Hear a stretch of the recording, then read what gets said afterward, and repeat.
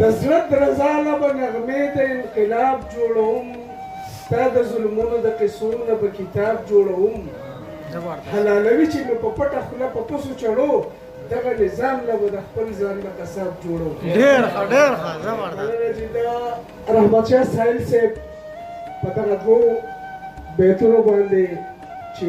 زما ایله په خیال کې رالو په 1985 کې دا شعرونه په ما د جانزیب کالج په بلکونۍ باندې وي د ساحل صاحب د پښتو ادب دپاره خدمتونه او د ساحل صاحب کلامونه نه هېرولو والا دي او انشاءالله تعالی پښتو به یې نه هېروي زمونږ دا نننۍ غونډه چې ده چونکې دا هنګامي غونډه ده میاشتنۍ غونډه یا داسې باقاعده نه ده هنګامي غونډه ده د دې دپاره چې موږ تیاری وکړو د دې دپاره چې موږ رایې مشورې وکړو فیصله وکړو په دې خبره چې را روان زموږ غټ پروګرام به انشاءالله تعالی کوم ځای د دې لپاره وخت وټاکو ځای وټاکو او بیا درانه ملګري چې کوم دي خصوصي ذمهواري هغې ته حواله کړو دویمه خبره به زموږ دی چې کوم د نن نه تقریبا کال مخکې چې زه په یوه ټولنه کې وم د هغې سرپرستیاله وم چونکې څه د نظریاتي اختلاف په اساس باندې زه د هغې نه ووتلم یو خیال راغی چې که دا نظریه زما په زړه کې دننه پاتې شي او چاته ونه رسي نو زما په خیال ما نقصان وکړو ما د هغې نه کوششونه هلې ځلې شروع کړل را روان وو او د خیبر ښکلا پښتو ادبي ټولنې بنیاد مو کېښودو په دې کې د نظریې به زموږ دوه نظریې دي په دې باندې به کار کوو اولنۍ نظریه زموږ دا ده چې د په خیبر ښکلا پښتو ادبي ټولنې نه به زموږ صرف او صرف د پښتو خدمت نوي ملګري را پیدا کول او هر ملګري ته د هغه حق رسول چې هغه یې نه پېژني او هغه ته ځکه چې کم زاړه ملګري زموږ چې موږ ساعت په ساعت راغلي په سټیجونو داسې موږ ساعت په ساعت راغلي څوک دروند مېلمه دی او څوک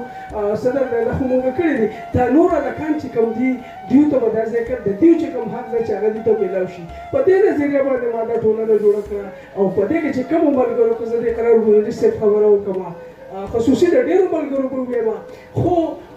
اقرار مدرس صاحب پکې د ډېر وخت نه او ډېرې درنې هلې ځلې زموږ سره کړي دي کم محنت کم کړاو چې د یو کال ما یوازې کړی دی نن الحمدلله ما څه وکړل ما د پښتو لپاره یوه ټولنه یوه قافله یوه لار داسې جوړه کړه چې په هغې باندې هر ملګری په اسانه باندې تللی شي ما د پښتو لپاره خپل وخت خپل پیسې کو هر څه دي لګولي دي پښتو زموږ مورنۍ ژبه ده لکه د مور حق لري نو زموږ پې څه مرازه نشته په موږ باندې حقونه شته زموږ فرایض شته چې موږ وکړو زه ټولو ملګرو ته خواست کوم چې دا کوم قافله چې جوړه شوې ده په دې کې موږ کوشش وکړو چې دا په کومه نظریه جوړه شوې ده په هغه نظریه باندې موږ لاړ شو نو کم محنت چې ما یو کال کړی دی په یو سر باندې زما سره یو ملګری دوه که په دغه قدم قدم کې یو ځای اوس چونکې ما یو ټولنه جوړه کړه دویم مې ټولنې له منشور ورکړو او درېیم مې الحمدلله نن په یو درنه په یوه ګرانه په یوه سخته مرحله کې موږ کامیاب شو هغې نه موږ راتېر وتلو چې هغې ته کابینه وایي او د خیبر ښکلا پښتو ادبي ټولنې لپاره د شلو کسانو کابینه جوړه شوله زما خیال دی چې کوم محنت ما په یو کال کې کړی نو که دا کابینه خپل کارونه وپېژني په منشور کې چې څه دي او په هغې لاړ شي نو انشاءالله تعالی چې په میاشت کې به د هغې نه ډېر کار او خدمت وکړي راځو اوس د ملګرو کوم زموږ ملګري چې دي زموږ سره په دې غونډه کې ګران قدرمن زموږ مشر چې کوم دی قرار بنیري صاحب زما خواته ناست دی دا د خیبر ښکلا پښتو ادبي ټولنې نایب صدر زموږ بل ګران او محترم ملګری طوفان بیټني صاحب چې هغه د خیبر ښکلا پښتو ادبي ټولنې د ثقافت د څانګې مسؤل دی زما ښي لاس ته زما ډېر ګران خوږ محترم کشر عمران وفا صاحب چې دا د خیبر ښکلا پښتو ادبي ټولنې جنرال مشر سکتر ټاکلی شوی دی زموږ سره بل نور ملګري چې کوم دي لکه احساس اورکزی صاحب و چې هغه د خیبر ښکلا پښتو ادبي ټولنې کشر سکتر ټاکلی شوی دی زموږ سره زموږ ګران محترم ملګری اسماعیل خاکسار صاحب و چې هغه د خیبر ښکلا پښتو ادبي ټولنې فینانس سکرټر ټاکلی شوی دی زموږ سره زموږ ګران خوږ محترم ملګری صفدر پښتون صاحب و چې هغه د خیبر ښکلا پښتو ادبي ټولنې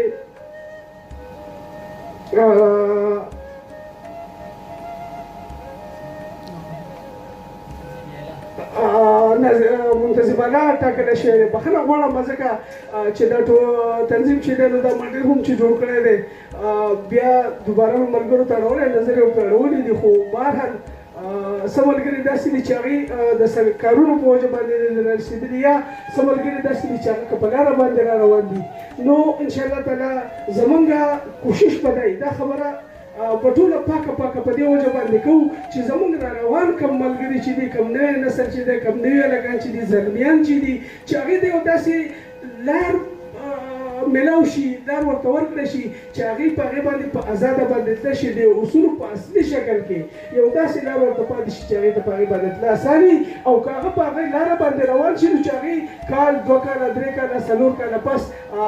په هغې باندې خفه نه وي چې زه په دې لار راغلی یم خو چې خوشحاله پوي چې یاره زه یو رښتوني ځای ته راغلی یم زه یو اصولي ځای ته راغلی یم. زمونږ د خیبر ښکلا پښتو ادبي ټولنې سرپرست چې کوم دی افضل غریب صاحب زموږ سره په خوا کې ناست دی چې یو ډېر محترم د صوابۍ سره تعلق لري په متحده عرب امارات دوبۍ سنګاپور کې پاتې کېږي. د دې ډېره زیاته مننه کوم چې دوی خپل وخت نور قیمتي کړو راغلل. د ټولو ملګرو ډېره زیاته مننه کوم او کوم ملګري چې زموږ سره په موجوده وخت کې ناست دي چې هغې سره عهدې نشته زه دې ملګرو ته خواست کوم چې د پښتو د خدمت لپاره تاسو قدمونه والئ ګامونه والئ. پښتو 1000 کاله مخکې که چا بخښه نوم یاده کړي وه نو نن پښتو هغه سړی بخښه نوم یادوي او که 1000 کاله مخکې د شاه شجاع په شان سړی پیدا شوی دی نو نن پښتو هغه په بد نوم باندې یاد کړی دی. که 1000 کاله مخکې محمود غزنوي را پیدا شوی دی پښتو یې بخښه نوم یاده کړي ده نن یې پښتو بخښه نوم کړی. احمدشاه ابدالي بابا نه راولو ایوب خان ته راشو اکبر خان ته راشو که موږ راشو ایمل خان ته ریا خان ته خوشحال خان ته چې د یو کم 80 کاله په عمر پورې خوشحال خان بابا د مغولو سره خو چې کله د مغولو نه راواوښتو او په لږ عمر کې د پښتو اصلي شکل یې قام ته وښو خوشحال خان بابا زموږ اتل شو اتل نه اولیا جوړ شوي دي که موږ باچا خان بابا ته فکر وکړو. راځو زموږ نور درانه مشران چې د کومو تاریخونو زموږ نه په هغه لاسونو باندې ورک دي چې کوم لاسونه موږ نشو کولی. د احمدشاه صاحب صاحب یو شعر په دې وخت کې یاد راغی چې ای نړیوالو ای امان دوستو ای نړیوالو ای امان دوستو د جنګ پرستو مټ ته نیو دی. نو موږ خپل کوششونه او هلې ځلې کوو چې قام ته یو هغه شکل موږ بیان کړو چې کوم د یو شاعر ذمهواري ده چې کوم د یو شاعر دپاره فرض دي چې هغه خپل قام ته وښایي. په روان وخت کې موږ لپاره سره روان دي ځکه شاعر د قام ترجمان دي. نو په دې وخت کې موږ ته کومې ستونزې دي قام ته کومې ستونزې دي د دې نه د پوروتو د امن او د مینې لارې څه دي. موږ به د دهشت نه څنګه وځو موږ به د ټوپک نه څنګه وځو موږ به د بارودو نه څنګه وځو موږ به د دې جنګونو نه څنګه وځو. په دې خبره ګواهي کوو چې د ټوپک جنګونه موږ بېللي دي. اکثر دا خبره زه کوم ملګري راته ګورو موږ د ټوپک جنګ بېللی دی. اوس که څومره موږ تاوان کړی دی دغه تاوان موږ واپس کولی نه شو. د دغه تاوان لپاره پکار دي لکه څنګه چې نور قامونه د دنیا سپوږمۍ ته وختل رڼا پښتون لا شناخت غواړي پرلط ته ځي راځي. نو که موږ هم د کتاب له لاړو قام ته موږ دا وښودله چې امن مینه کتاب دا روان نسل لپاره ضروري دي پکار دی. ټوپک نه نوره ډډه پکار ده. انشاءالله تعالی